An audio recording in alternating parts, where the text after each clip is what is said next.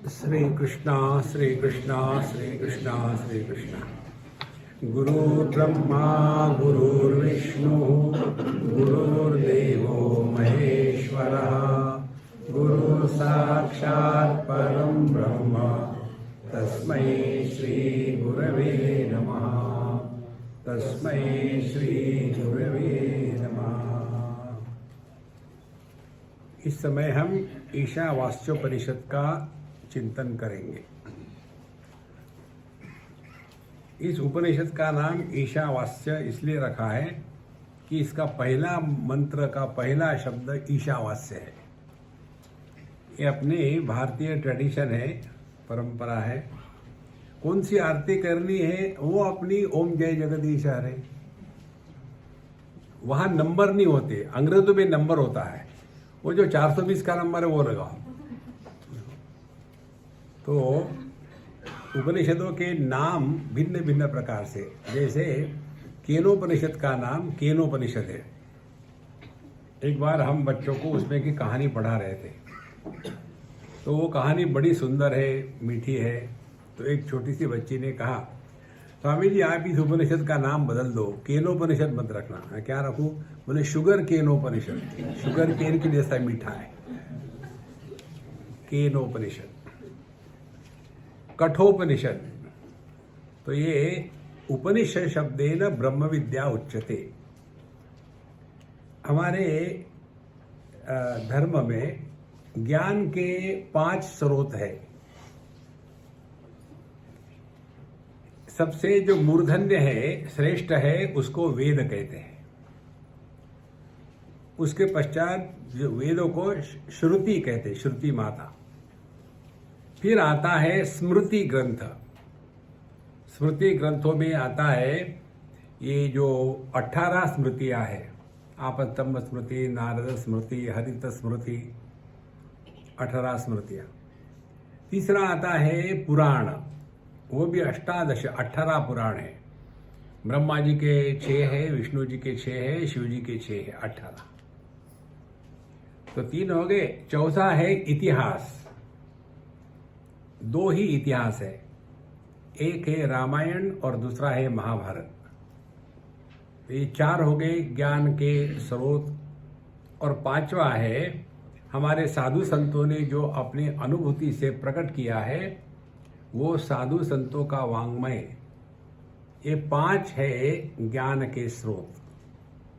और इसमें सर्वश्रेष्ठ मुख्य ओरिजिनल है वेद या श्रुति।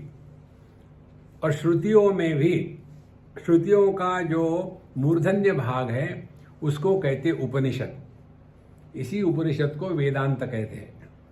वेदांत माने वेद का अंत,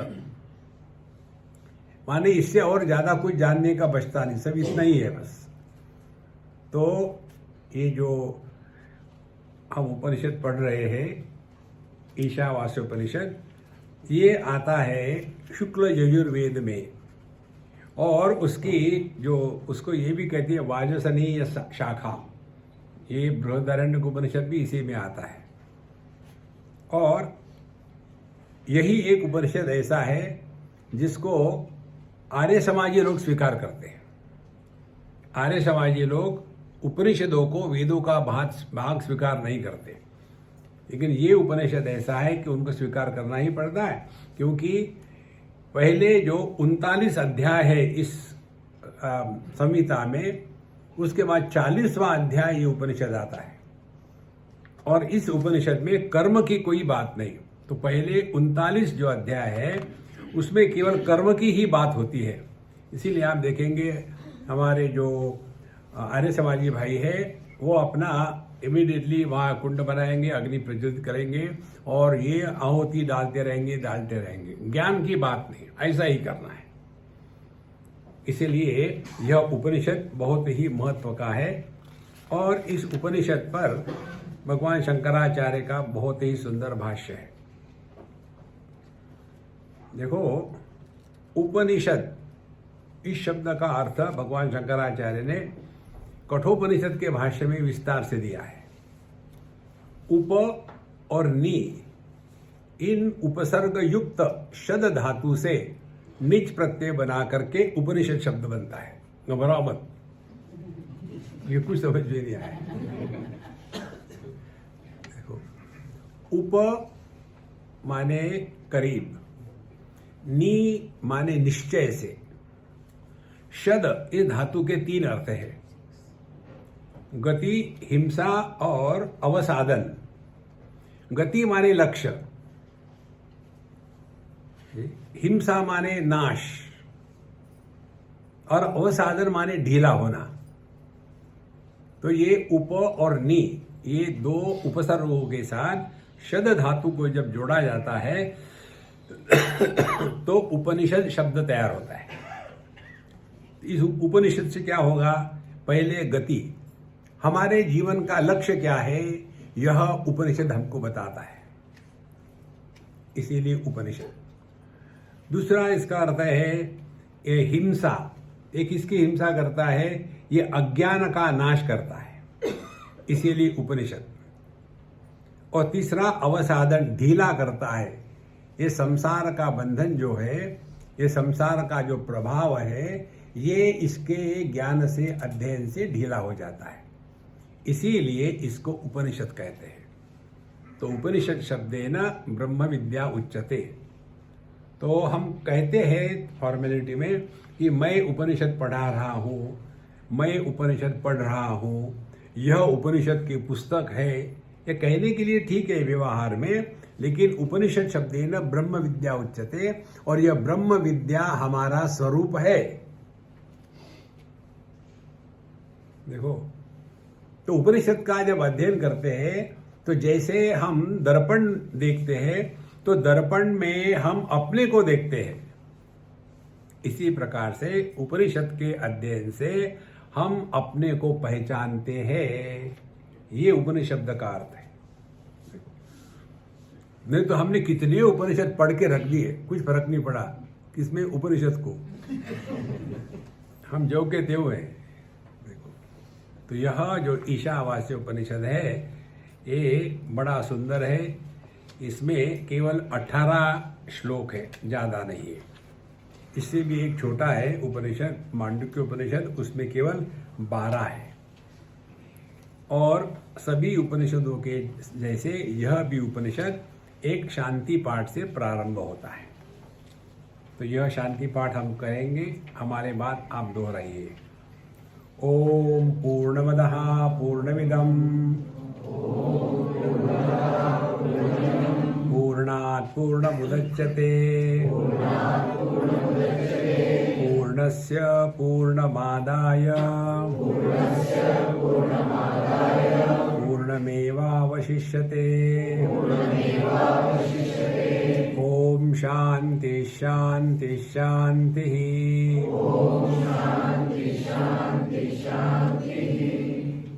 प्रवचन खत्म हो गया।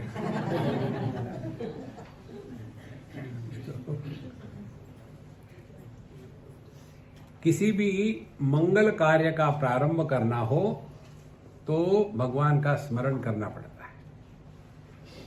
कोई भी मंगल कार्य हो तो सबसे मंगलमय शब्द यदि कोई है तो ओम है।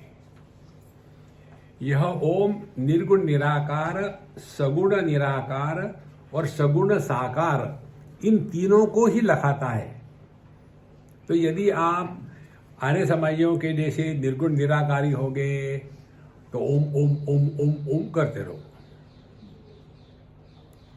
यदि आप योगियों के जैसे सगुण निराकारी हो गए तो वहां मंत्र का उच्चारण करते रहो। ओम भूर्भुवस्वः तत्सवितुर्वरेण्यं भर्गो देवस्य धीमहि धियो यो न प्रचोदयात्। उसी प्रकार से हमारे हरिद्वार में जो आचार्य हो गए श्री राम शर्मा जी महाराज, वो भी इस गायत्री के चक्कर में है। ओम भूर्भुवस्वः तत्सवितुर्वरेण्यं भर्गो देवस्य धीमहि धियो यो न प्रचोदयात्। तो जो सगुण निराकार की उपासना करते उनके लिए भी ठीक है ओम। और जो सगुण साकार वाले हैं, राम को, कृष्ण को, शिव जी को, विष्णु भगवान की पूजा पोथी करने वाले, उनके लिए भी ठीक है ओम नमः शिवाय, ओम नमो भगवते वासुदेवाय, सब ये ठीक है। तो यह ओम का स्मरण उच्चारण करके हम इस पवित्र कार्य में प्रवेश कर रहे हैं, ये इसका तात्पर्य ओम। अब कहते हैं पूर्णम अदहा, वो जो है, जो भी है वो जो है पूर्ण है। परमात्मा अपने आप में पूर्ण है। ओम पूर्णमदः। और ये जो दुनिया है इदम, ये भी पूर्ण है। देखो, वो भी पूर्ण है, ये भी पूर्ण है। कारण क्या है? पूर्णात् पूर्णम उदच्यते। पूर्ण से जो पैदा होगा वो अपूर्ण कैसा होगा?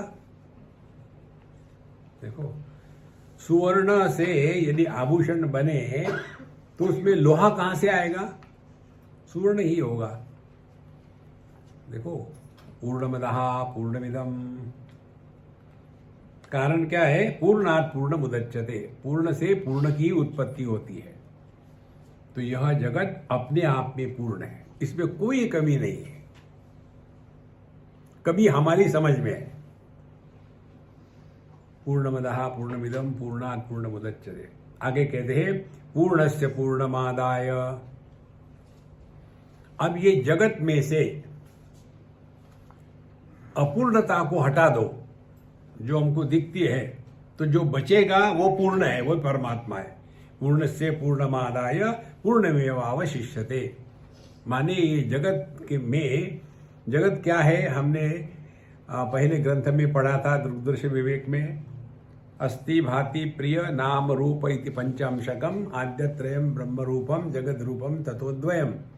उसमें जो जगत रूप है, नाम रूप, इनका त्याग कर दो तो पूर्णमेवावशिष्यते। इस प्रकार से यह मंत्र जो है शांति पाठ, यही इस पूर्ण उपनिषद का सार है। देखो, माने चाहे हम जगत में हो, परमात्मा में ही है, चाहे अपने में हो, परमात्मा में है। हमने अपनी अपूर्णता को हटा दो तो परिपूर्ण हम ही है। देखो, पूर्णमेवावशिष्यते। और ये अनुभव जिसका आ गया है, उसके लिए 3 शांतियां बताई है। 3 शांतियां, एक तो शांति होती है हमारे स्थूल देह को लेकर के। 2 मिनट हम एक आसन में नहीं बैठ सकते। यहां का पैर वहां रख दिया, वहां का यहां रख दिया, यहां चुभता है, वहां चुभता है। तो पहले शांति, स्थिर बैठना सीखो। और विशेष करके आपने देखा, ये जो योगा पढ़ाने वाले होते हैं ना, उनका आसन बिल्कुल स्थिर नहीं होता। सब प्रकार के आसन सिखाएंगे दूसरे को, लेकिन स्वयं को यदि एक आसन में बैठना है तो वो अपना जो इडली और डोसा का बैटर बनाते हैं ना, पत्थर के साथ ऐसा ऐसा ऐसा ऐसा, तो ऐसा बैठेंगे और घूमते रहेंगे, घूमते रहेंगे। नीचे मिर्ची रखो तो चटनी तैयार। तो पहली शांति, आसन का स्थैर्य हो। दूसरी शांति, मन का स्थैर्य हो। पहले स्थूल देह, फिर सूक्ष्म देह। मन का स्थैर्य क्या है? अब दुनिया भर में हमारा मन भटकता है, सुनना चाहते हैं लेकिन मनी राम हमारा साथ नहीं देते। तो दूसरी शांति, मन की शांति। शांत मन से ही अध्ययन हो सकता है, अशांत मन से नहीं हो सकता। नहीं तो मन में दुनिया भर के खिचड़ खिचड़ चलते रहता है, ये है, वो है, ऐसा है, वैसा है। आज इन्होंने ब्रेकफास्ट में ये दिया, कितनी बार यही दे रहे। और ये जो इनकी चटनी है, ये थोक में बना के रखी है क्या? साल भर की चटनी।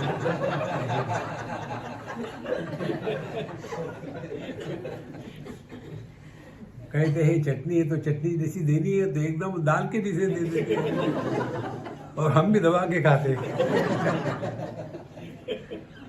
उपनिषद पढ़ रहे, उपनिषद की चटनी हो गई।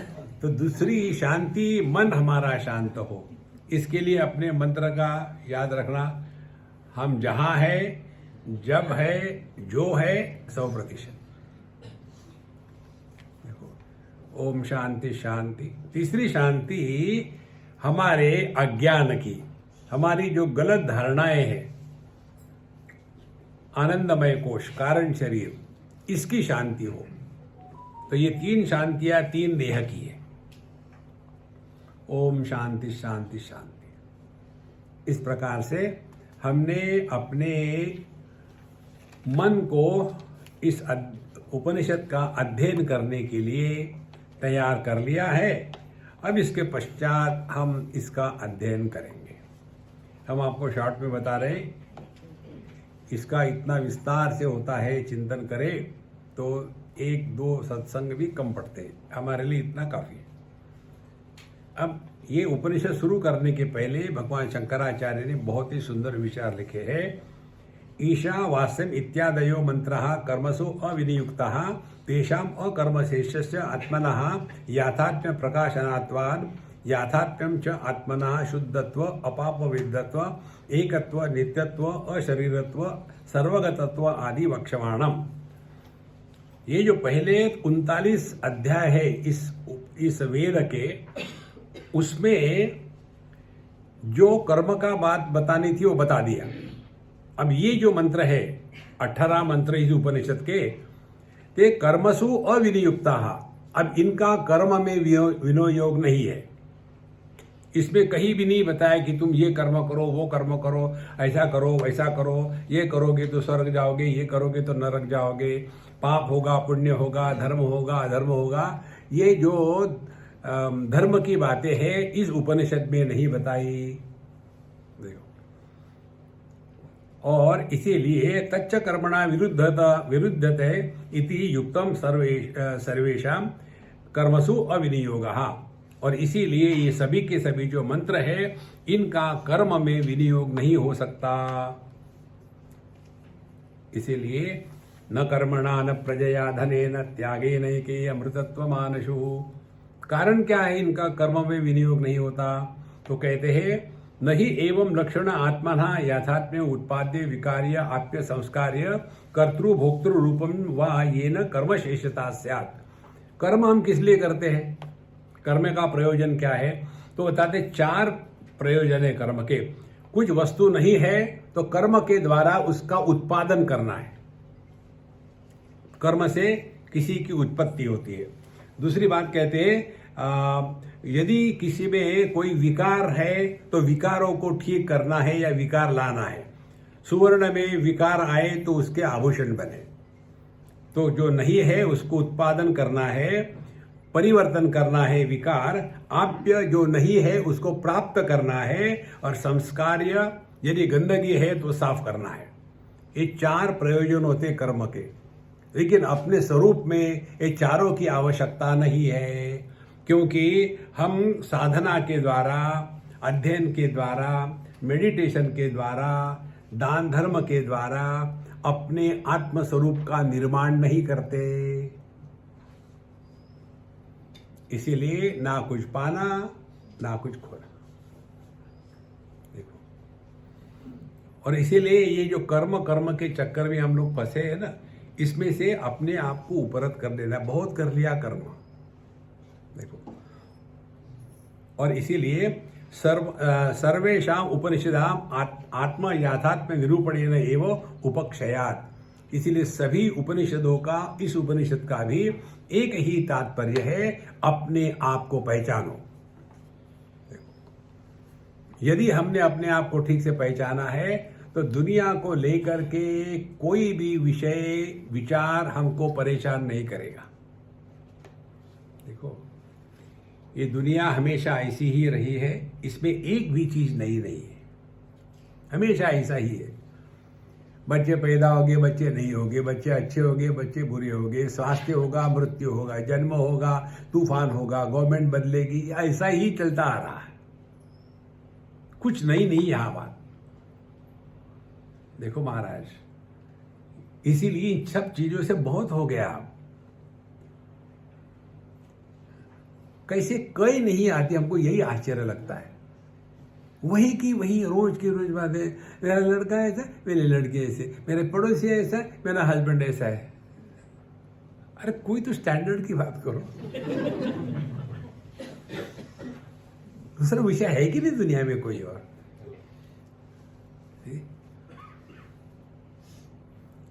और हम कल्पना करते कि हम अध्यात्म में हैं। इस दुनिया में कोई भी आज तक किसी को बदल नहीं सका। देखो, भगवान राम के परेशानी का कारण सीता अम्मा। देखो, उनको जब जंगल में जाने का मौका आया तो कितने खुश हो गए, मैं भी आऊंगी। और वहां भी जाके चुप रहेगी, नहीं मुझे वो चाहिए। जहां राम नहीं बचे, जगजीवन राम बचेगा। देखो महाराज, दुनिया में फंसो मत जाला, ये ऐसी ही है, ऐसी ही रहेगी। आज तक कोई किसी का उद्धार नहीं कर सका, क्योंकि जिसका उद्धार करना चाहते वो वस्तु है ही नहीं। पानी में पड़ा हुआ प्रतिबिंब का उद्धार करना है तो क्या करे? एक छन्नी के डाल करके पानी से उस प्रतिबिंब को धीरे से निकाल लेना।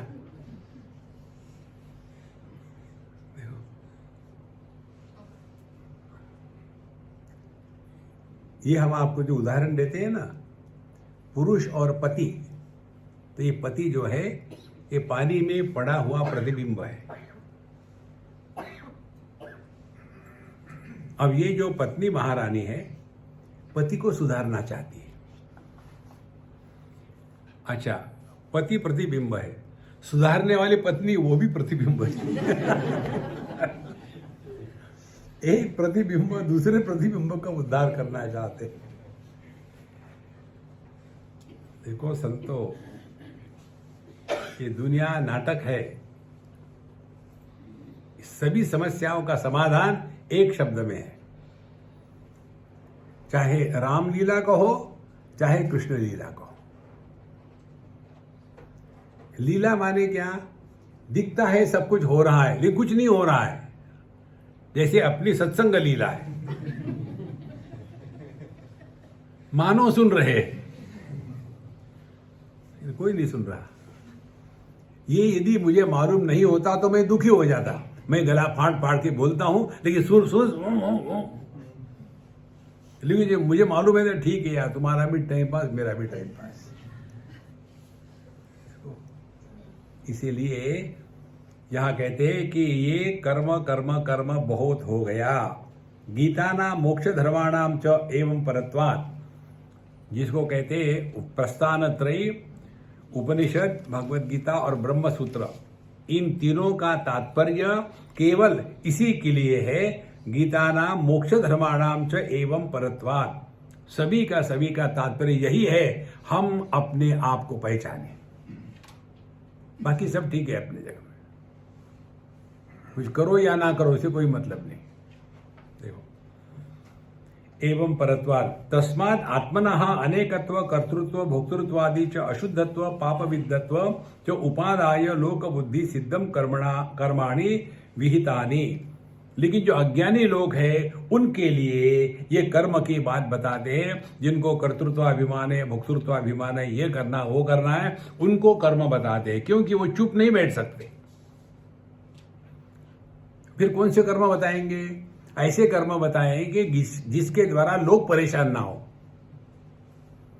फिर उनको कहेंगे देखो, सुबह उठ करके ठंडे पानी से नहाना है, गंगा जी में जाके खड़े होना है, तुम्हारे गर्दन तक के पानी आना चाहिए, हाथ ऊपर करके, और त्र्यंबकम यजामहे सुगंधिम पुष्टिवर्धनम उर्वारुकमिव बंधनात् मृत्योर्मोक्षीय मामृता। मंत्र कहते कहते मर गए।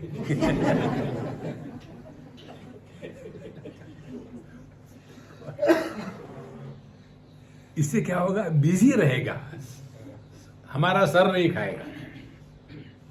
देखो, जिनको दुनिया में ये चाहिए वो चाहिए, ऐसा चाहिए वैसा चाहिए, उसके लिए सब चक्कर है। आगे कहते हैं, यो ही कर्म फले नार्थी दृष्टेन ब्रह्म वर्चसादि अदृष्टेन स्वर्गादी नाम ते द्विजाति ही अहम कारणकुब्जत्वात् अनधिकार प्रयोग धर्मवान इति आत्मानं मन्यते सह अधिक्रियते कर्मसु इति ही अधिकारविदः वदन्ति। कर्म के अधिकारी कौन है? मैं कर्म का अधिकारी हूँ, मैं ये हूँ, मैं हूँ, मुझे स्वर्ग में जाना है, मुझे नरक में नहीं जाना है, ये चाहिए वो चाहिए, ऐसा जिसके दिमाग में कीड़ा है वो कर्म का अधिकारी है। आगे कहते हैं अतः ये मंत्र आत्मनः याथात्म्य प्रकाशनेन आत्मविषये स्वाभाविकम अज्ञानम निवर्तयन्तः शोक मोहादि संसार धर्म विच्छित्ति साधनम आत्मा एक विदित्वा ज्ञानम उत्पादयन्ति। ये जो 18 के 18 मंत्र है, इसीलिए जिनके अंतःकरण में कामना का प्रभाव कम हो गया है उनके लिए ये मंत्र है। देखो, तो ये चाहिए वो चाहिए, ऐसा चाहिए, अरे यार बहुत हो गया। हमारे मन से ये भ्रांति को निकाल डाले। हम सत्संग करेंगे, इसके कारण हमारे बच्चे पोते खोते ठीक हो गए, नहीं होगा ऐसा। देखो, हमको अपनी साधना करनी है और अपना उद्धार करना है। कितने साधु संतों की जीवन में आता है। देखो, एक बड़े महात्मा हो गए एकनाथ महाराज, पैठण को, महाराष्ट्र में। उनका लड़का अपने बाप को कभी नहीं मानता था, उनको शांत ब्रह्म कहते हैं। संपूर्ण विश्व में उनकी इतनी प्रतिष्ठा है, उन्होंने भागवत पर इतना बड़ा विस्तार से लिखान किया है, सब दुनिया उनको मानती है। उनका लड़का नहीं मानता। मुझे मालूम है आप कौन है, घर की मुर्गी दाल बराबर। देखो संतो, तो इतने बड़े महात्मा, इनका बच्चा ऐसा कैसा निकला। देखो संतो, इस चक्कर से हट जाओ। आपने पहली गलती करी, बच्चे पैदा किए, दूसरी गलती मत करो कि दुखी हो जाओ। हमारे सिद्धांत आप लोगों के सिद्धांत से विपरीत है। जो अत्यंत भाग्यवान होते हैं उनको बच्चे नहीं होते। जो थोड़े कम भाग्यवान हैं उनको केवल लड़कियां होती है। उससे भी कम भाग्यवान है उनको लड़का लड़की दोनों होते हैं। और जो बिचारे हैं उनको केवल लड़के होते हैं। देखो, जिनको केवल लड़के होते हैं, जिंदगी भर बेबी सिटिंग करते रहो और जूते खाते रहो। और जिनको लड़कियां होती है, लड़कियां विवाह के पहले माँ बाप की सेवा करती है, विवाह के बाद अपने पति को अपने माँ बाप की सेवा करने के लिए नियुक्त करती है।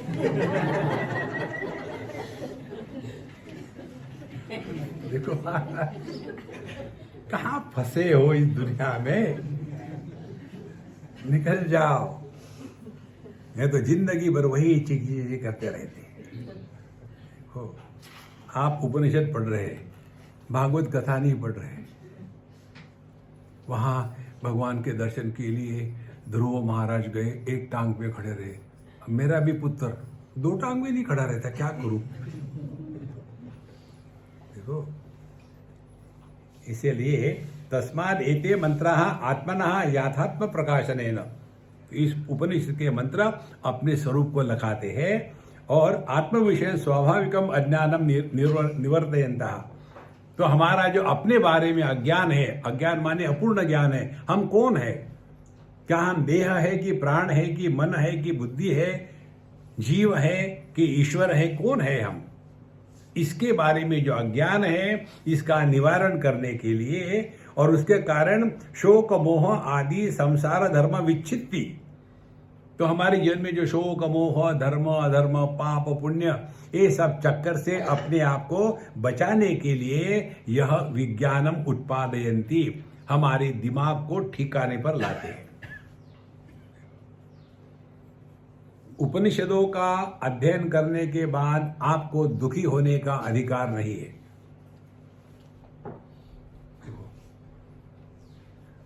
जैसा डट के खाना खाने के बाद फिर आपको किसी ने कहा कि ये तिरुपति का लड्डू है, तो भी अभी नहीं खाएंगे, क्योंकि भरे है। इसी प्रकार से यदि हमने उपनिषदों का अध्ययन किया है, भगवत गीता का अध्ययन किया है, तो हमको दुखी होने का अधिकार नहीं। फिर दुख का क्या करें, दूसरे को दुखी करो। ये बहुत गलत बात बता रहे हैं आप। आपको समझ भी नहीं आता, हम क्या करें। क्यों नहीं समझ में आता, अधिकार नहीं है। जो व्यक्ति दुखी नहीं होता वो किसी को दुखी नहीं करता। उसको देख करके दुखी लोग होते तो हम क्या करें? इनको कुछ होता ही नहीं और हम परेशान हो रहे। देखो महाराज, वो करता नहीं, लोग होते, मौज ले लो और क्या है। इति एवं मुक्त अधिकारी अभिधेय संबंध प्रयोजन मंत्रा संक्षेपतः व्याख्यास्यामः। इसीलिए हमने इस उपनिषद के भाष्य में 4 चीजों का हमने प्रतिपादन किया है कि इसका अधिकारी कौन है, मुमुक्षु। उसके बाद ये इसका विषय क्या है, आत्मस्वरूप, ये विषय है। और संबंध क्या है, संबंध यही है जिसकी बात हो रही है वो हम ही है। और प्रयोजन क्या है, अज्ञान निवृत्ति और परमानंद प्राप्ति। ये 4 अधिकारी, विषय, संबंध और प्रयोजन, ये 4 प्रकार से इस ग्रंथ का हमने भाष्य किया है। इसको आप ठीक से समझो। इसको कहते तात्पर्य निर्णय लाने की प्रक्रिया। देखो, अंग्रेजी में कहेंगे तो इसको कहेंगे मॉरल ऑफ द स्टोरी। किसी भी ग्रंथ का यदि हमको योग्य प्रकार से अर्थ निकालना है तो ये 4 बातों का ध्यान रखना है। देखो, यदि इसका ध्यान नहीं रखना फिर हम पढ़ रहे हैं, किसके लिए पढ़ रहे हैं, इसका अधिकारी कौन है, इससे मिलना क्या है, क्या संबंध है हमारा, क्या इससे उपलब्धि होगी कि हानि होगी, प्रयोजन क्या है और ये किसके लिए है, ये सब बातें स्पष्ट होनी चाहिए। अब हम लोग इस मंत्र के प्रथम मंत्र में, इस उपनिषद के प्रथम मंत्र में प्रवेश करते हैं। अब हमारे बात दोहराइएगा। ओम ईशावास्यमिदं सर्वं यत्किंच जगत्यां जगत तेन त्यक्तेन भुञ्जीथा मा गृधः कस्य स्विद्धनम्। अब इसमें 3 मुख्य बातें बताई है। पहली बात है ईशावास्यमिदं सर्वं यत्किंच जगत्यां जगत। दूसरी बात है तेन त्यक्तेन भुञ्जीथाः। और तीसरी बात है मां गृधः कस्य स्विद्धनम्। तो ये 3 बातों को हमको स्पष्ट रूप से समझना है। पहले कहते हैं ईशावास्यमिदं सर्वम। ईशा का तात्पर्य क्या है? कोयम्बतूर मत चले जाना, यही बैठे रहो। मैं पहुंच गए। ईशा इष्टः इति ईट तेन ईशा ईशिता परमेश्वरा परमात्मा सर्वस्य। जो सबका नियंत्रण करने वाला है उसको कहते हैं ईश्वर। और इष्ट, जो सबके लिए इष्ट है, सबके लिए योग्य है, जो सबका, जो जिसको सभी चाहते हैं उसको कहते ईशा। तो परमात्मा सर्वस्य सही सर्वम इष्टे सर्व जंतु नाम आत्मा सन प्रत्येगात्मतया तेन स्वेन रूपेण आत्मना ईशा वास्यम आच्छादितम आच्छादनीयम। माने इस संपूर्ण विश्व का जो आधार है वो एक ही तत्व है और वही सबका नियंत्रण कर रहा है और वही हमारा स्वरूप है। ईशावास्यमिदं सर्वम यत्किंच जगत्याम जगत। कितना भी क्षुल्लक क्यों ना हो, कितना भी इनसिग्निफिकेंट क्यों ना हो, आप देखो जिस आत्मा की बात कर रहे हैं वही परमात्मा है। तो हमारे में यह जो परमात्मा है ये सभी का नियंत्रण कर रहा है। डाइजेशन का नियंत्रण करता है, डेफिकेशन का नियंत्रण करता है, ब्लड प्रेशर का नियंत्रण करता है, बुद्धि का नियंत्रण करता है। तो जो सबका नियंत्रण करता है और जो सबका इष्ट है उस ईशावास्यम, माने इस संपूर्ण सृष्टि को देखते समय हमारी बुद्धि यदि संपूर्ण विश्व को आत्म रूप से ग्रहण करे तब हमारी बुद्धि में, हमारी दृष्टि में परिवर्तन आ गया। एक सिद्धांत की बात समझ लो, शास्त्रों का अध्ययन अपने दृष्टि में परिवर्तन लाने के लिए होता है। पूरी जो साधना है वो इतनी ही है, अपने दृष्टि में परिवर्तन लाना है। दृष्टि में परिवर्तन आया तो आपका दर्शन बदलेगा, दर्शन बदलेगा तो जगत के साथ आपकी जो रिएक्शन इंटरेक्शन है वो बदलेगी, वो बदलेगी तो आपके अनुभव बदलेंगे, और आपके अनुभव बदलेंगे तो आपका जीवन बदलेगा। देखो, इसको एक उदाहरण से आपको बताते हैं। हमारे मुंबई की बात है। हम जा रहे थे पेडर रोड से कहीं शाम के समय लेक्चर के लिए, और बीच पे ये आता है ब्यूटी पार्लर, जहां मैं नहीं जाता, मेक इट क्लियर।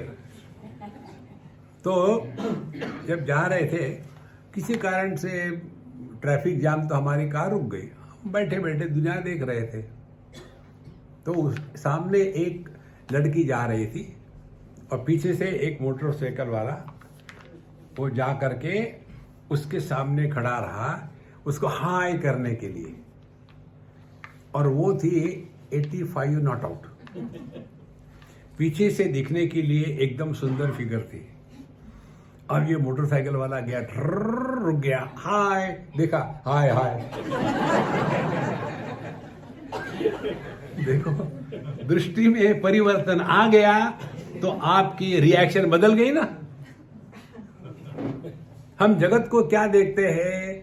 जगत को हम अनात्म भाव से देखते हैं, और इसीलिए जगत के प्रति भोग बुद्धि होती है। पहले उस लड़के ने उस लड़की को छेड़छाड़ करने के लिए गया था, जब लेकिन गया तो उसकी ही छेड़छाड़ हो गई, किसको देखा? इसी प्रकार से ये जगत को जब तक के हम भोग की भूमि समझेंगे तब तक के हम संसारी है, और इसी जगत को यदि हम परमात्मा स्वरूप देखेंगे तो भोग समाप्त होकर के हम योग में प्रतिष्ठित हो जाएंगे। देखो, कितने पत्थर देखते हैं हम गंगा जी में, लेकिन सभी पत्थरों को देख करके उनमें भगवत बुद्धि नहीं होती। उसी में से एक पत्थर को घर में ले आए और रखा, ये शिवलिंग है, फूल पत्ती चढ़ा दो, फिर कोई भी आगे नमस्कार करेगा। देखो, पहले पत्थर देखा था, अब उसमें ईश्वर देख रहे हैं। ये गणपति उत्सव वाले यही करते हैं, गणपति लेने के लिए जाते हैं मार्केट में, भाव करते हैं, कितने का है गणेश जी? ये है महाराज आपके लिए, तो क्या पैसे लिए आपसे? 51,000 रुपये। 51,000 रुपये का गणपति? कितना? 51 रुपये देंगे। और भाव कर करा करके खरीद लिया और घर में आके रखा, प्रतिष्ठा करी। उसके बाद भगवान मुझे 51 करोड़ रुपए मिल जाए। भगवान गणेश जी कहते मेरी कीमत 51 रुपए और तुमको 51 करोड़ चाहिए। ये सब भावना का खेल है। देखो महाराज, ईशावास्यमिदं सर्वम यत्किंच जगत्याम जगत, ये संपूर्ण विश्व परमात्मा से ही व्याप्त है। ये साधना करनी है। और कैसी साधना करें? पहले उस परमात्मा को अपने आत्मस्वरूप से पहचानना है। पापो हम पाप कर्मा हम, मैं पति, मैं पत्नी, मैं भाई, मैं बहन, मैं सास, मैं बहू।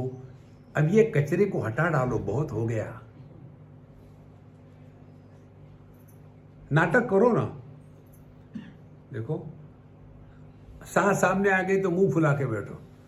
खुश रहोगी तो सांस परेशान करेगी, वो खुश है, कुछ तो भी गड़बड़ है।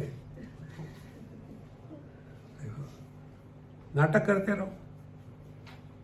उसी प्रकार से पति लोगों को एक चेतावनी, जब भी घर जाते हो तो हंस के मत जाना, मुंह लटका के जाना घर। तो लगे ठीक है, अभी हंसते हंसते जाओगे तो किसको मिल के आ रहा है, तूफान शुरू हो जाएगा। इसीलिए महाराज, जगत में नाटक करो, don't take life too seriously. ईशावास्यमिदं सर्वम। तो जितना हमने अपने स्वरूप को पहचाना है, उतने ही मात्रा में हमको भगवान का दर्शन होगा। देखो,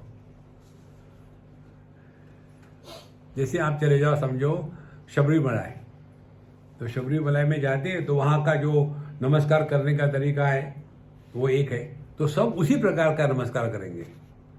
हमारे अमृतानंद भी वहाँ के वहाँ चले जाओ तो सब लोग ओम नमः शिवाय ओम नमः शिवाय, तो वो एक ब्रांड बन जाता है और हमको ये ब्रांड में बड़ा मजा आता है, टाइम पास हो जाता है ना।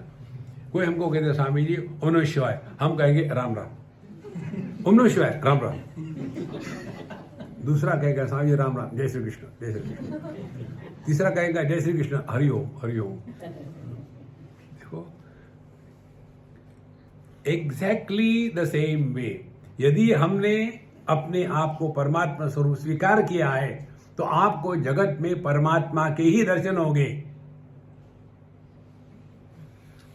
करना क्या है, झूठ मूठ शुरू कर दो ना, पापो हम पाप कर्मा हम जो कहते हैं ना, इसी प्रकार से हम प्रसन्न है, मस्त है, चुस्त है, स्वस्थ है, व्यस्त है, कोई समस्या नहीं है, इस भाव में रहो। नहीं तो हमेशा मुंह लटका है, क्या हो गया, क्या बचा है होना। तबीयत ठीक है ना, मरे नहीं अभी तक, कब का प्रोग्राम है। तो महाराज खुश रहो, इससे बढ़कर के और कोई साधना नहीं है। इसीलिए कहते हैं कि कर्म का अधिकार उन्हीं को है जिनको कुछ चाहिए, और कहते हैं आत्मानं पालयति अतः त्यागेन इति एवं वेदार्थः। तो दूसरा शब्द क्या है उसका है कि ईशावास्यमिदं सर्वम यत्किंच जगत्याम जगत, यदि हमने अपने स्वरूप को पहचान लिया है तो तेन त्यक्तेन भुंजीथा, तो जगत के प्रति जो भोग बुद्धि है वो समाप्त हो जाएगी।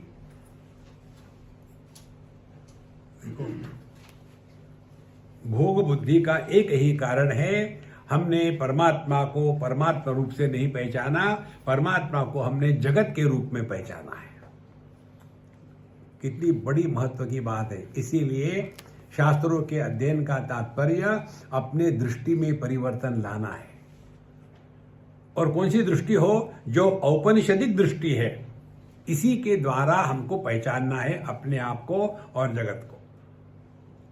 तो जिन्होंने इस प्रकार से जगत को परमात्मा दृष्टि से देखा है, उसके लिए कहते हैं कि उसका क्या परिणाम होगा, तेन त्यक्तेन भुंजीथा, फिर जगत के प्रति भोग बुद्धि है वो उसका त्याग हो जाएगा, तेन त्यक्तेन।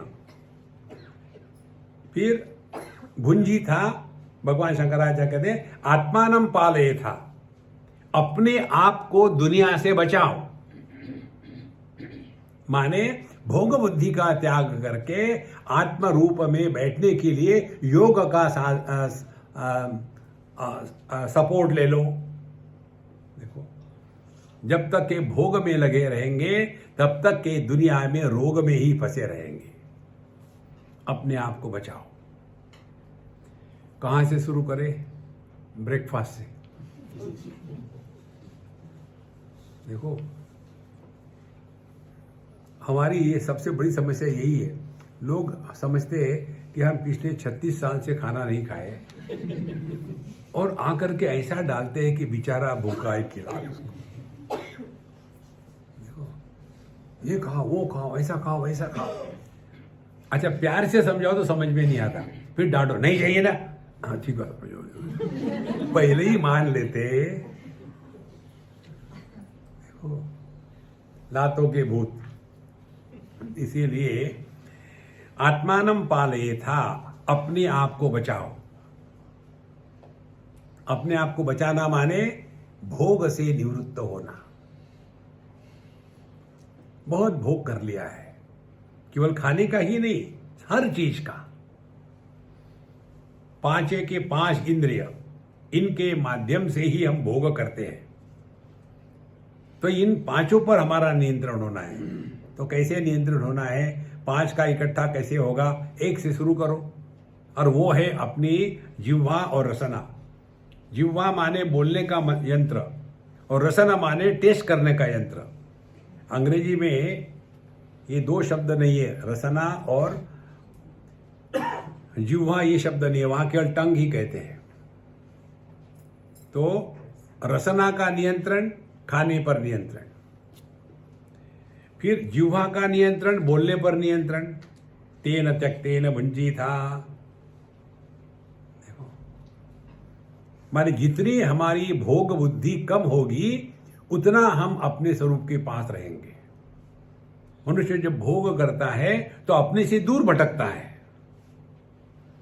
तेन त्यक्तेन भुंजीथा। फिर तीसरी बात आती है मां गृदः कस्यचित् धनम। जहां कहते हैं एवं त्यक्ते क्षणः त्वं मां गृदः गृधिम आकांक्षा मां कार्षी धन विषयाम। गृध माने आकांक्षा, इच्छा। पैसे की इच्छा मत करो, बहुत हो गया पैसा पैसा पैसा। यहां विषय उठाते हैं कस्यचित् धनम, कस्य परमात्मनः, कम परमात्मा। तो ये सब दुनिया परमात्मा की, हम उसको पकड़ के बैठे। कस्यचित् धनम। अब ध्यान से सुनना, जब तक के हमारे अंतःकरण में भोग बुद्धि का प्राधान्य होगा तब तक के हम पैसे को इकट्ठा करने में लगे रहेंगे। देखो कस्यचित् धनम, ये सब कुछ प्रभु का है। ना तो अपने पैसे में फंसो, ना दूसरे के पैसे में फंसो। तो तीन बातें हो गई। यदि दृष्टि में परिवर्तन आएगा तो भोग की बुद्धि समाप्त हो जाएगी। यदि भोग बुद्धि समाप्त होगी तो पैसे के पीछे पागल के जैसे दौड़ना बंद हो जाएगा। एक विषय आता है वेदांत में, और वो विषय है जिसको कहते हैं पुरुषार्थ विवेचन। 4 पुरुषार्थ बताते हैं, धर्म, अर्थ, काम, मोक्ष। और ये पुरुषार्थ किसके लिए है? जिनमें ये ऐषणा है। ऐषणा माने इच्छा। लोकेषणा, पुत्रेषणा और वित्तेषणा। लोकेषणा ये है हमको मरने के बाद स्वर्ग में जाना है।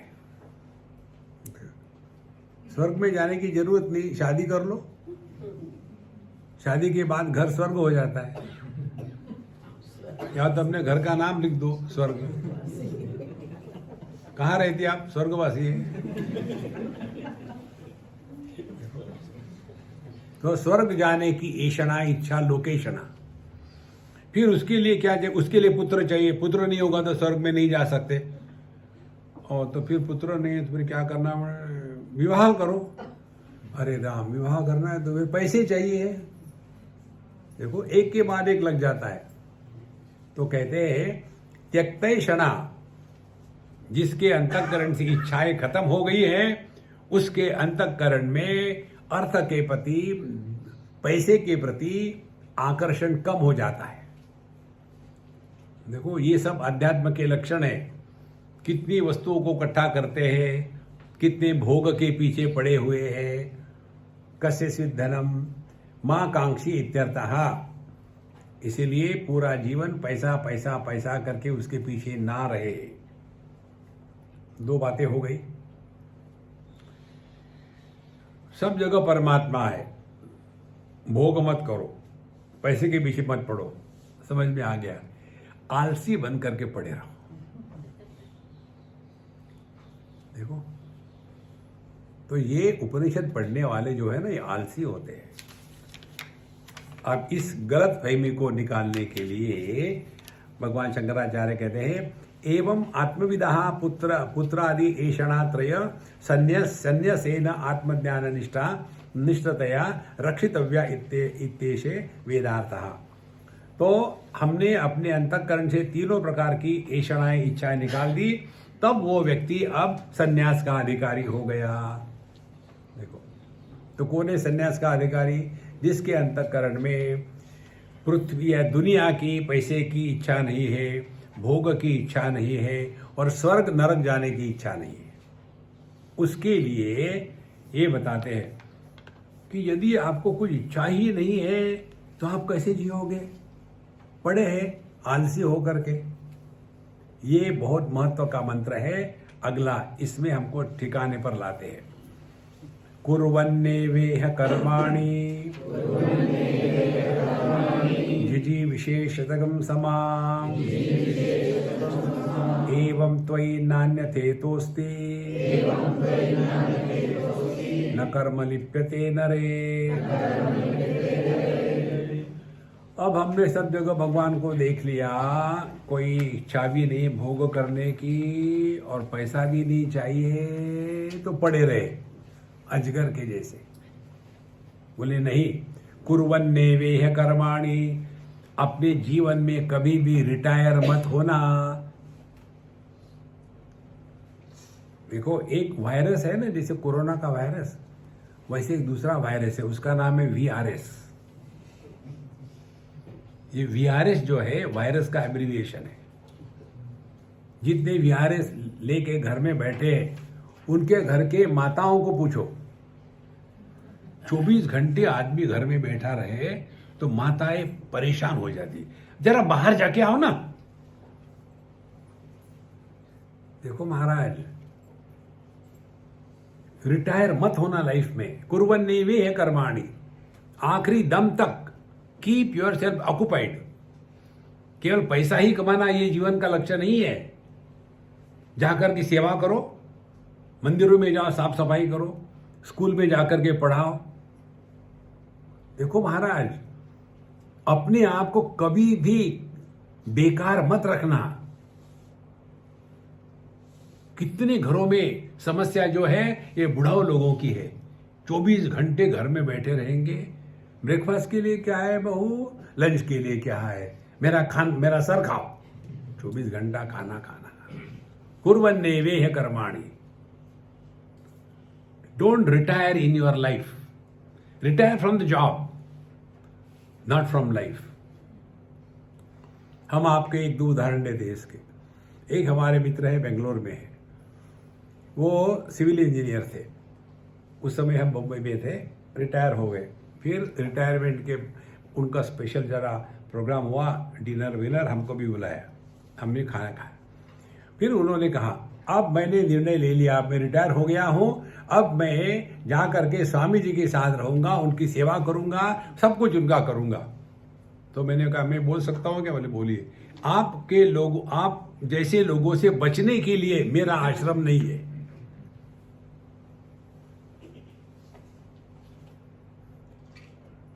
ये चक्कर में मत पड़ना। नहीं तो बाबा जी का आश्रम है, फिर गए बाथरूम में, स्वामी जी टॉयलेट में पानी नहीं रहा, लोटा लेके आएंगे, ले बेटा।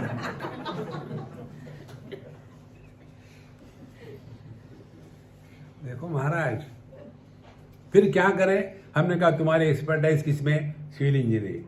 हमने कहा इसके लिए फिर प्रयत्न करो, आपको जॉब मिलेगा। लेकिन स्वामी जी चुप रहो, लेकिन कुछ नहीं, प्रयत्न करो, जॉब मिलेगा। फिर जितना कमाओगे वो सब मेरी कमाई है, तुमको मेरे लिए काम करना है ना, करो। और हरी इच्छा से उनको मिडिल ईस्ट में जॉब मिल गया। उनको उस समय कोई 7 या 10 लाख रुपए हर महीने मिलते थे। तो उन्होंने कहा कि स्वामी जी आपकी इतनी इनकम है महीने की। हमने कहा 50% आई सैंक्शन फॉर योर मेंटेनेंस, और जो 50% है वो किसी विद्यार्थी के एजुकेशन के लिए अपने तरफ से सिलेक्ट करके लगा दो। कौन से विद्यार्थी? जो किसी कैटेगरी में फंसते नहीं, ना उनको कोई स्पेशल कैटेगरी है, ना इतने इंटेलिजेंट है कि जिनको स्कॉलरशिप मिल सकते हैं। ऐसे जो मिडिल टाइप के लोग होते हैं, बच्चे होते हैं, इनकी सबसे बड़ी दुर्दशा होती है। ऐसे विद्यार्थियों को एजुकेशन के लिए आप लगा दो। और उन्होंने वो शुरू कर दिया, 3 साल तक किया। धीरे धीरे जैसे एक कली से फूल खुल जाता है, वैसे उनके जीवन में आमूलाग्र परिवर्तन आ गया। मस्त हो गए, चुस्त हो गए। बाद में उनमें इतना उत्साह रहा कि उन्होंने 4 वेदों का तमिल में ट्रांसलेशन किया संस्कृत से। बुढ़ापे में संस्कृत पढ़ी, ट्रांसलेशन किया। ये आकाश से नहीं टपकते ऐसे लोग। देखो, नहीं अब मैं कैसे क्या, चाय पिला दो, दरिद्री।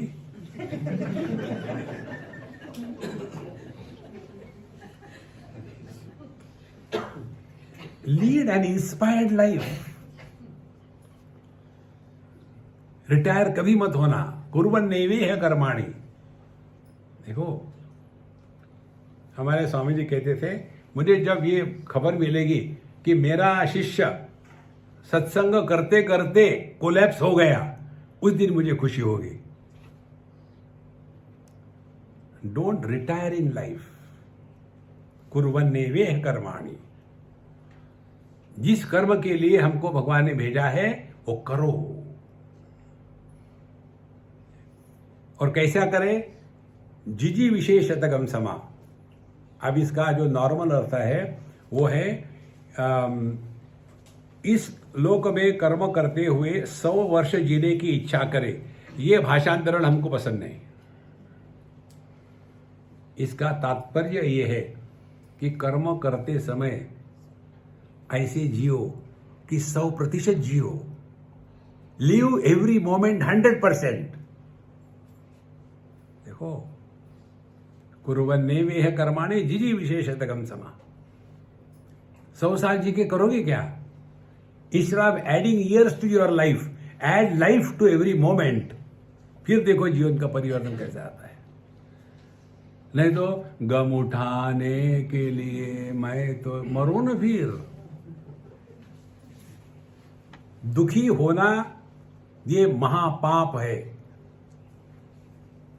दुखी मत होना। और जो व्यक्ति बिजी रहता है वो दूसरे को परेशान करने के लिए टाइम ही नहीं है उसके पास। और जो कुछ करता नहीं, फिर क्या करते? अरे गुप्ता जी क्या कर रहे हैं? नहीं, मैं जरा बिजी हूं। ठीक है, मैं आ जाऊं क्या? कुछ क्या कर, ऐसे गप लगाएंगे। अरे डोंट वेस्ट योर लाइफ, कुर्वन्नेवेह कर्माणि। बहुत अनेक प्रकार के कार्य है आप जिसमें लग सकते हैं। अभी हमने किसी क्लिप में देखा, एक आसाम का कोई एक आदमी है, उस एक आदमी ने कितने सैकड़ों एकड़ वहां उसने प्लांटेशन किया। एक आदमी ने, he was recognised by government. देखो, और हम लोग में पड़े रहते यार, क्या मेरी बहू ऐसी है, मेरे बच्चे ऐसे हैं। निकल जाओ इस चक्कर से। अपने जीवन का पूरा पूरा उपयोग करें। कुर्वन्नेवेह कर्माणि जिजी विशेषतगम समा। एक भी मिनट जीवन का ऐसा ना हो कि जिसमें हमने टाइम वेस्ट किया हो। नहीं, कुर्वन्नेवेह। अब कौन से कर्म करें? 2 प्रकार की बात है। कुर्वन्नेव कर्माणि। कुर्वन एव, एव जो शब्द है ये सबके साथ रहता है। पहले कुर्वन एव, दूसरा चॉइस नहीं, कर्म करना ही है। कुर्वन एव कर्माणि एव, उठ पटांग बातें नहीं। आपके जो कर्तव्य कर्म है वो पूरे करो पहले। कुर्वन एव कर्माणि एव जिजी विषेत एव। जिंदा रहो। जिंदा रह करके जब कर्म करते हैं ना, उसमें आनंद आता है। और जब मरे मरे कर्म करते हैं, मैं रोटी बना बना के थक गई हूँ कितनी जिंदगी में, भगवान पूछेंगे बेटा तुमने क्या किया, तो मैं कहूंगी रोटी बनाई। जो भी करना है उसमें आनंद प्रकट होना चाहिए। एक सिद्धांत ले जाओ आज, जो भी करना है,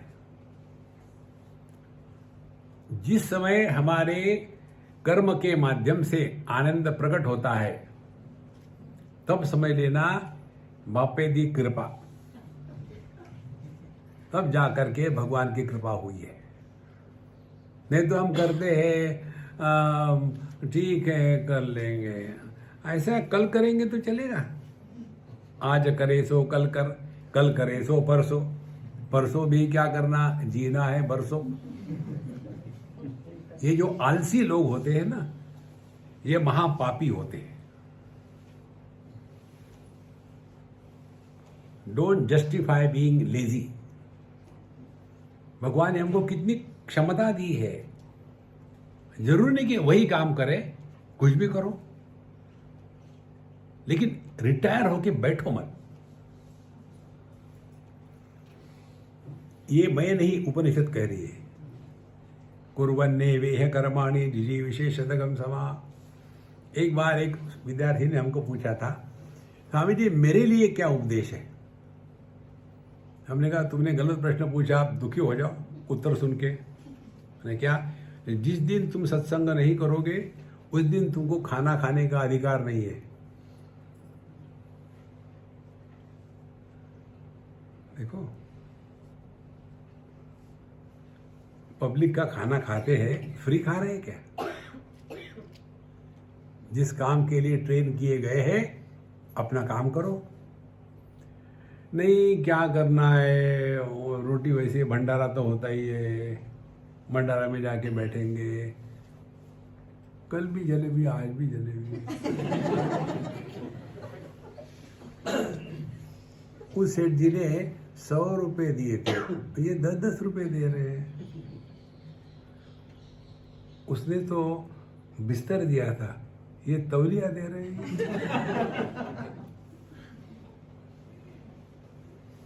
ये कोई जीवन है? कुर्वन्ने वेह कर्माणि जिजी विशेषतगम समा। कोई भी चीज जगत में फ्री नहीं लेनी चाहिए, कुछ भी चीज। Don't accept anything free in life. तब देखो जीवन में कितना आनंद आता है, आत्मसम्मान से आदमी जीता है। देखो, कुर्वन्ने वेह कर्माणि जिजी विशेषतगम समा एवं त्वयि न अन्यथा अस्ति न कर्म लिप्यते नरे। इस प्रकार से जब आप कर्म करोगे तो उसका प्रभाव क्या है, हम इसको अगले सत्र में देखेंगे।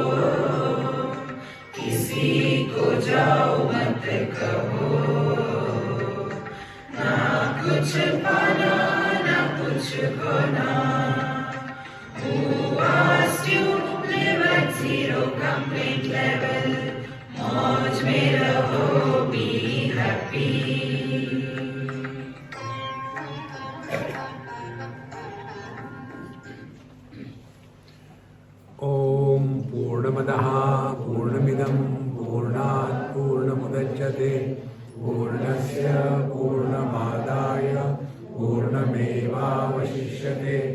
ओम शांति शांति शांति। हरि ओम। श्री गुरु